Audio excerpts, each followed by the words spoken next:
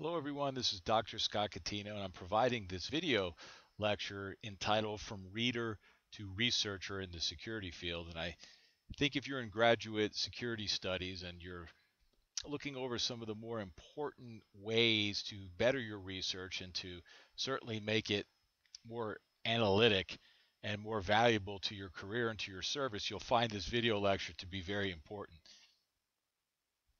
So what then are the objectives?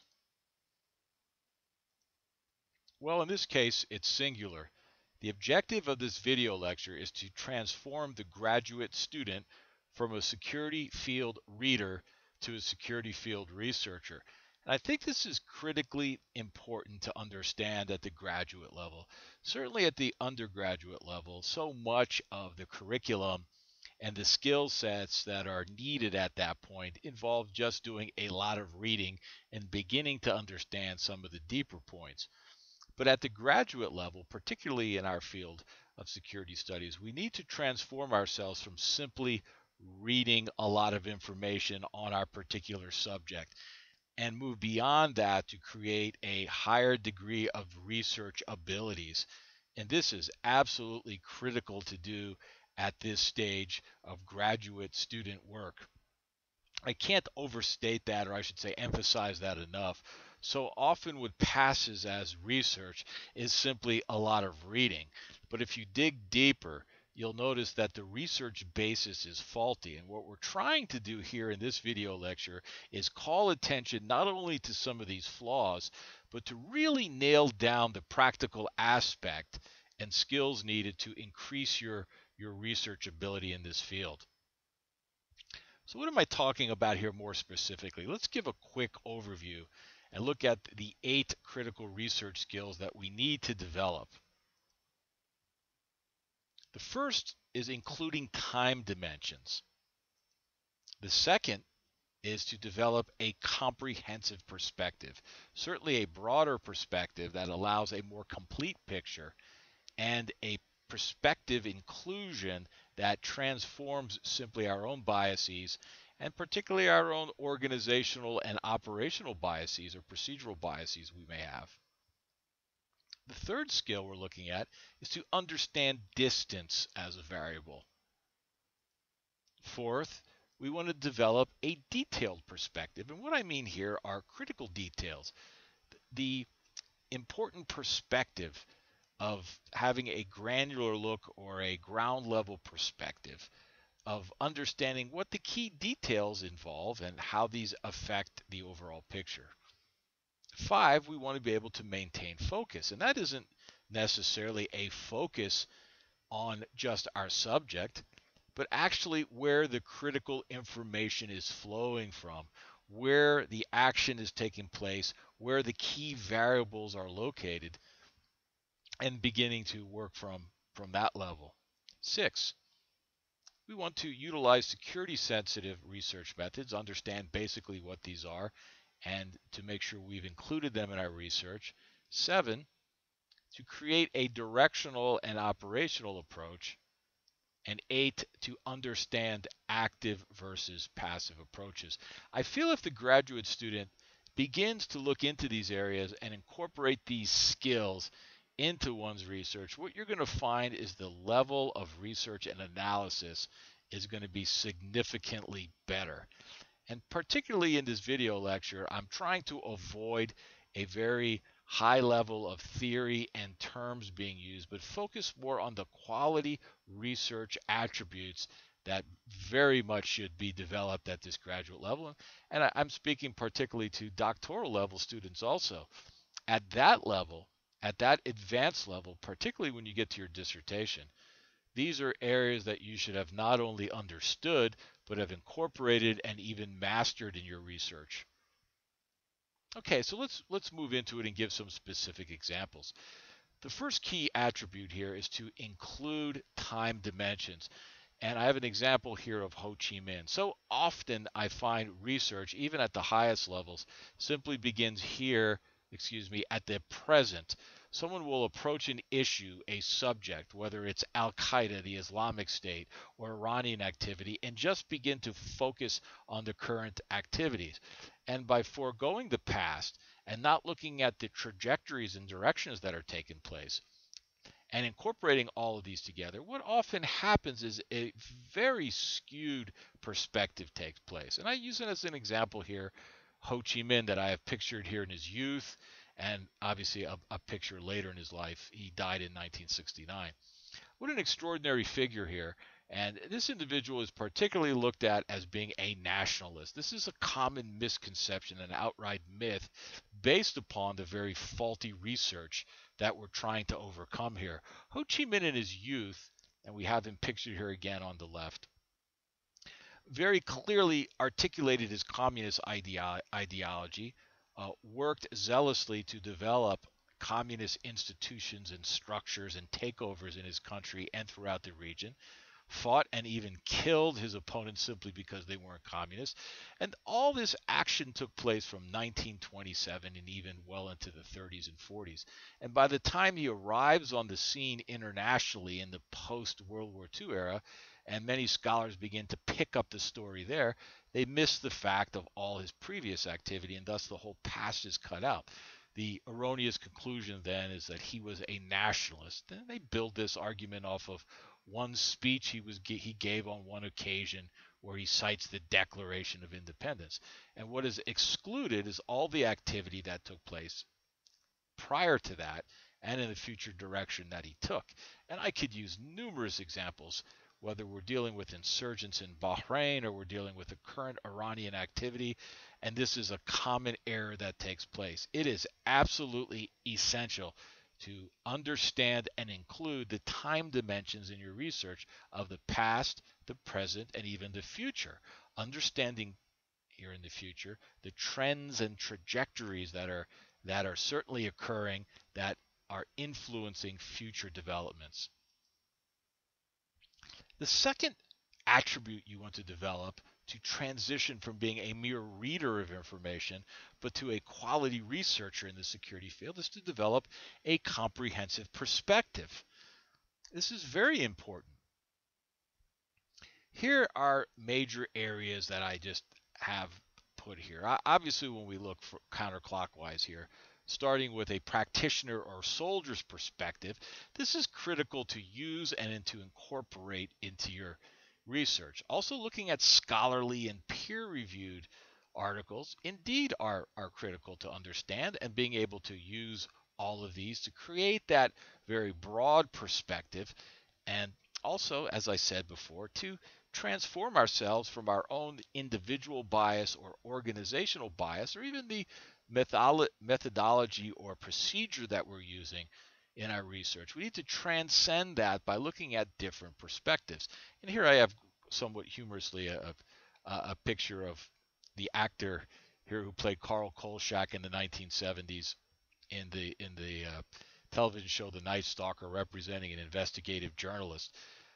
If we look at these perspectives, a practitioner, a scholar, and even an investigative journalist, we will find that each has a perspective or a piece of information that is valuable for an overall assessment. And then when we add in here the human terrain or human population and their understanding of a security event, we have a rather comprehensive perspective and diverse perspectives that are critical for shaping our research. And I'm not saying we need to synthesize all of these and find some sort of common ground. It may be that when you look at a soldier, a scholar, or a journalist, or even a population perspective, you may be able through your research to say, well, this isn't correct. But to simply avoid or to exclude any one of these areas, or to not analyze why that perspective may be skewed, is again to skew your own research. So to develop this comprehensive view, we certainly need to look at the practitioner, the scholar, the human terrain, and the investigative journalist. But I also want to add, and again, I have humorously here a picture of Gladys Kravitz pictured from the 1960s and 1970s television comedy called Bewitched. Gladys Kravitz that was her character name, played the nosy neighbor who was considered somewhat of a crackpot because she was one of the few that were witnessing the magical acts that were taking place. And the comedy was that she was never believed in, and particularly her husband, who looked at her as being a crackpot. But this brings up a very important point in intelligence research here that I'm using a bit of humor to draw attention to. In our field, we need to be very careful that we include some of the aberrant or some of the perspectives that aren't particularly mainstream. We need to be looking on YouTube. We need to look at social media. We need to look at individuals that perhaps do not have the professional perspective or do not fit our norms of research, because it's often that these very irregular perspectives, that these so-called outliers contain aspects of information that are critical for developing this comprehensive perspective that we're trying to achieve. It's very important not to exclude these people simply because they lack the professional background or they don't fit neatly into one of the four major categories that we have here that no doubt are very important. And I can give numerous examples where I've been able to access through interviews or through field research people like this who were able to contribute to the overall information. We need to understand distance as a variable. This is very, very important in research and for developing quality research and moving beyond simply being avid readers on a subject. Observation or observational distance is important.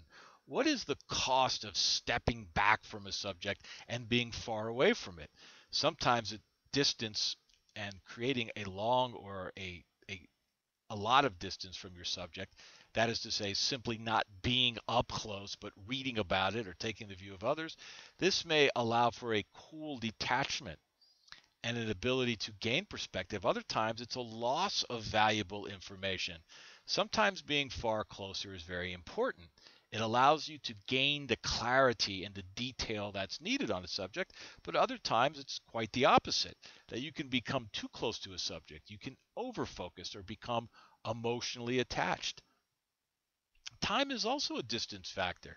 We are exploring subjects where there is a lot of political, emotional, or even noise, that is to say, rumors and emotional reporting or discussion on a subject. We often lose the type of clarity and depth and analytical calculation that we need. And other times, as time goes by, again, valuable information is lost. So we have to understand time both from a distance and chronological perspective and also from geographical or observational distance. And I have a picture here that I think illustrates my point. I'm trying to state here clearly that in this example, being too close to this situation of actually seeing a cartel operative exfiltrating out of the United States, crossing the border and going back into Mexico, if I would have been at this exact spot witnessing this cartel operative, I would not necessarily would have been able to understand exactly what was going on. And if I was too far removed from this and just relying on journalistic accounts, I would not have been able to gain any information on it simply because this subject is not talked about. Cartel members exfiltrating, that is to say, southbound movements. But having gone to the ranches in southern Arizona and talking to individuals and looking over this very detailed picture, I was able to corroborate among several ranchers that these southern movements of cartel members are often the most dangerous. They are the individuals that after they have delivered their drugs and have used their human mules to a delivery point are now walking back in essence exfiltrating, passing through, trying to evade border patrol and being seen. In this case, they were seen by a camera. And these are the most dangerous. They are often tired, they're often hungry, and they're often desperate, and they're eager to get back home. So they rob, they steal, they intimidate, and even kill at times in order to make it back. And there are examples of each one of these statements that I just made. I would not have been able to gain that information if I was way back and just reading on this subject. If I was literally on location viewing this, I would not have been able to gain it. But a close but not too close distance allowed me to gain some valuable perspective on this subject, and this is just an example of understanding distance. Okay, let's move along. What then is an important question? How do time, distance, and perspective affect your research quality? It's a very important question to ask. Developing a detailed perspective. Case studies and primary sources are critical for gaining valuable details. And I'm not talking about knowing everything, but an example of a case study or a primary source, or both here, was the capture of FARC files in 2008 from the Colombian, I believe, security forces did a cross-border raid and were able to gain these key files here.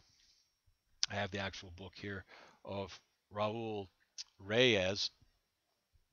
The FARC is the Revolutionary Army Forces, of Colombia, an insurgent group. This is a treasure trove of information, not only dealing with who the key strategic players are, but looking at the email and computer files that were found, looking at decision making, the psychological terrain, the operations, the impediments that were encountered by the FARC, their military deception that was used, their covert operations. It is exactly these types of sources and cases that need to be explored in detail to gain such an important understanding of our subject in the security field. Very, very important to understand. Research that excludes case studies and primary sources are often very deficient, particularly when students are studying an insurgent group and yet do not have one single primary source on these individuals. This is certainly a flaw in conducting research. To maintain focus, and I'm not talking about the focus that necessarily means to focus just on your subject, whatever it may be, but it may be that even when you're looking at your subject, you are not looking at the critical variables and players that are shaping the outcome. It's similar to going to a football game and yet focusing on the concession stand.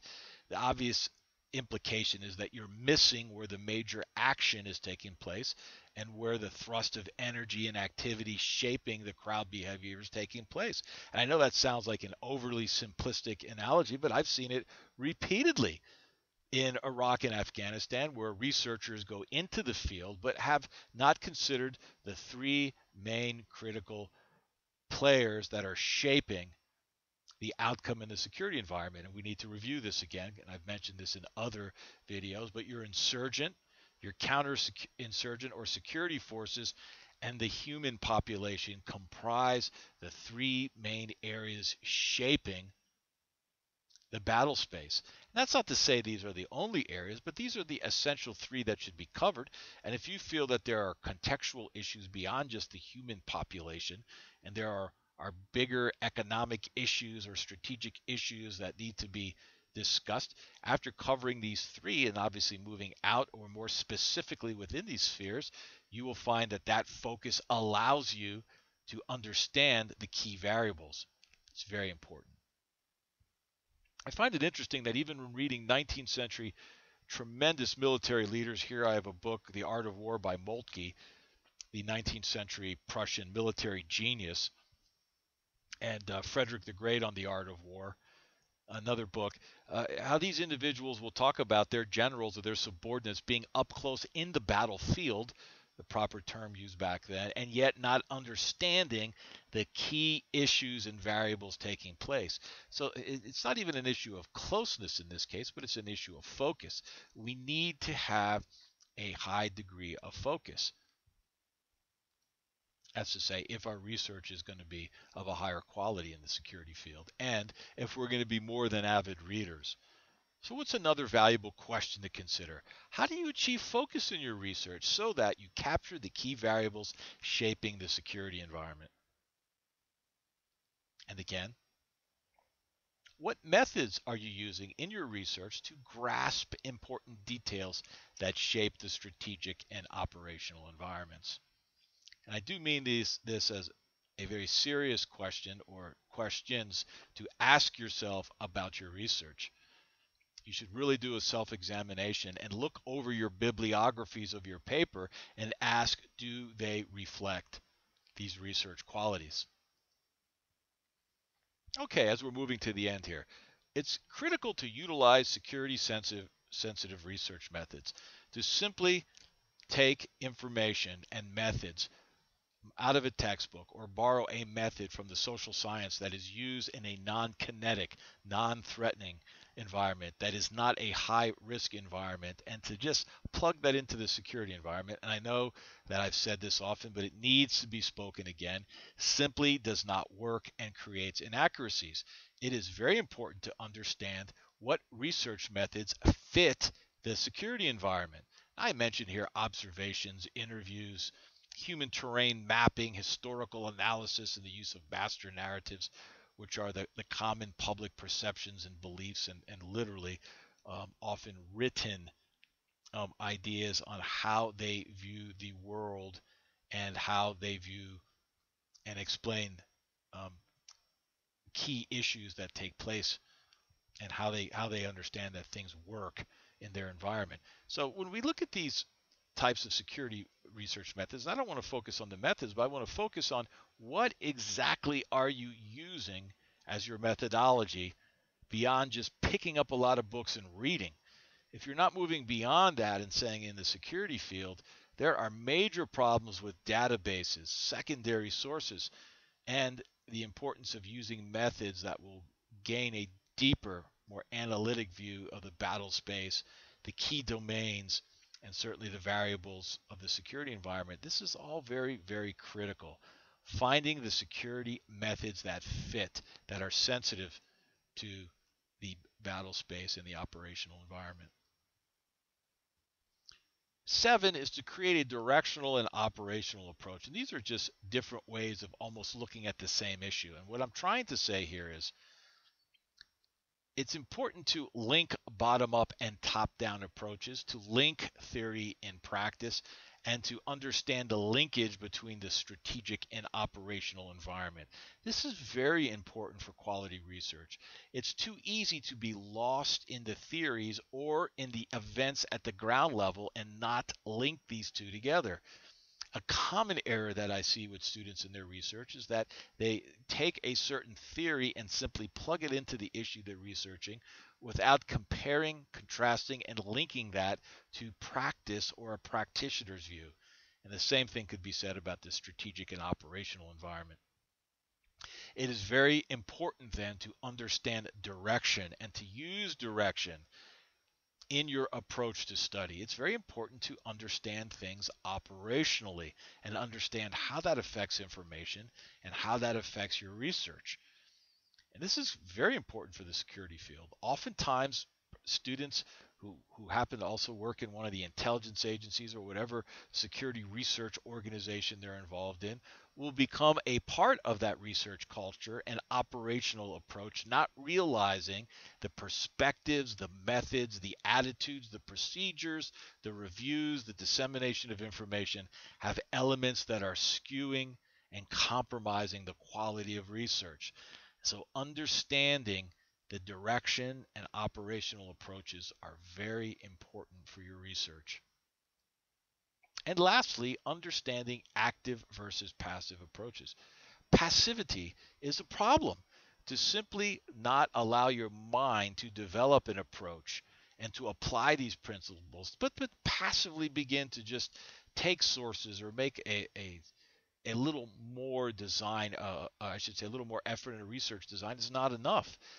There has to be a deliberation. There has to be a design. There has to be a level of energy that is involved in the research approach. And the simple passive approaches of picking up books, going to an archive, or simply looking at journal and even peer-reviewed articles, as valuable as they may be, is going to skew research. An active research approach, understanding the broad methodology, the broad approaches, understanding time and distance, and the friction that takes place in research, the need to adapt is very important.